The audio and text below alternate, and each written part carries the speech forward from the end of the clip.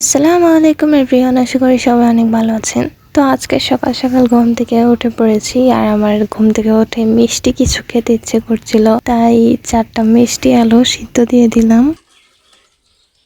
কিন্তু এরপর দেখি মিষ্টি খাওয়ার পর আমার ঝাল কিছু খেতে ইচ্ছে করছে, সেজন্য একটা মরিচ পুড়ে নিলাম। মরিচটাকে আগুনে ভালো করে পুড়িয়ে নিচ্ছি, না হলে এগুলো মচমচে হবে না। আর এদিকে কিছু টমেটো ভালো করে ধুয়ে নিচ্ছি। টমেটোগুলো আসলে আমি ধুই নাই, আমার আম্মু ধুয়ে দিয়েছে, কারণ আমি হাতে বেশি পানি লাগাই না, এতে ঠান্ডা লেগে যাব। আর এদিকে আমি এই যে টমেটোগুলো কেটে নিয়েছি, টমেটোর টুকরাগুলো দেখতে বেশি বড় লাগছে, সেজন্য ভাবলাম যে না, মাঝখান দিয়ে আর একটু টুকরা করে দিই।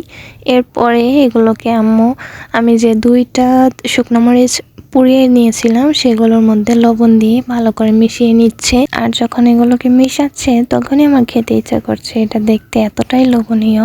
তো এই ছিল আমার আজকের ভিডিও, আশা করি আপনাদের ভালো লেগেছে। ভালো লাগলে অবশ্যই আমার চ্যানেলটি সাবস্ক্রাইব করবেন এবং ভিডিওটিতে একটু লাইক দিবেন।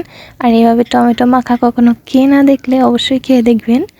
আর আমি টমেটো মাখা খেয়ে লাস্টে একটা কথাই বললাম,